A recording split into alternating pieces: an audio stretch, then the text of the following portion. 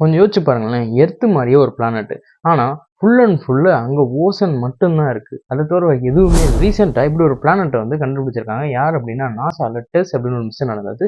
அந்த மிஷன்ல இப்படி ஒரு பிளானட்ட கண்டுபிடிச்சிருக்காங்க. அந்த பிளானட் பேர் என்ன அப்படின்னா TOI 1452b. இந்த பிளானட்ல ஃபுல் அண்ட் ஃபுல் ஓசன், கடல் மட்டும் தான் இருக்கு. அங்க சர்ச் பண்ணி பார்த்ததுல ராக்ஸ், சாண்ட்ஸ் அப்படின்னு சொல்லிட்டு இங்க எர்த்ல இருக்கிற மாரி அங்க வந்து எதுவுமே இல்லையாமா. ஃபுல் அண்ட் ஃபுல் இந்த எட்ஜ்லேருந்து அந்த எட்ஜ் வரைக்கும் வாட்டரால மட்டும் தான் கவர் பண்ணப்பட்டிருக்கு அப்படின்னு சொல்லிட்டு சொல்றாங்க. இதோட சைஸ் எப்படி இருக்கு பார்த்தீங்கன்னா, எர்த்தோட கொஞ்சம் இது வந்து பெருசாவே இருக்கு. இது வந்து நம்ம எர்த்ல இருந்து கிட்டத்தட்ட ஒரு 100 லைட் இயர்ஸ் வந்து தொலைவுல இருக்கு.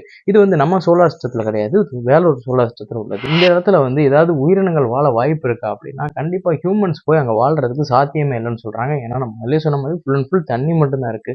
அப்படி இருக்கும்போது நம்மளால போய் அங்க சர்வே பண்ண முடியாது. அதுவும் இல்லாம அங்க இருக்கிற வாட்டர் நம்மளால குடிக்க முடியாது. நம்ம அந்த தண்ணி ரொம்பவே சால்ட் அதிகமா இருக்க வாய்ப்பு இருக்கு. அதுவும் இல்லாம அதுல சில டாக்ஸிக் கெமிக்கல்ஸ்லாம் கலந்திருக்க வாய்ப்பு இருக்கு அப்படிங்கிற மாரி சொல்றாங்க. அதனால நம்ம வந்து அந்த தண்ணிய பயன்படுத்த முடியாது. நமக்கு வந்து சர்வைவல்க்கு அங்க சான்ஸே இல்ல.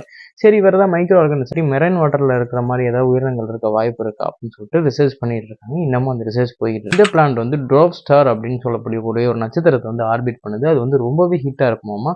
அதனால இங்க டெம்பரேச்சருமே ரொம்ப ஹையா இருக்க வாய்ப்பு இருக்கு. இதோட ஓசன் மாஸ் நம்ம கால்குலேட் பண்ணி பார்க்கும்போது கிட்டத்தட்ட 33% இருக்காமா. அதாவது டோட்டல் பிளானட்டோட வெயிட்டோட ஓசன் வெயிட்ட கம்பேர் பண்ணி பார்க்கும்போது 33% இருக்கு.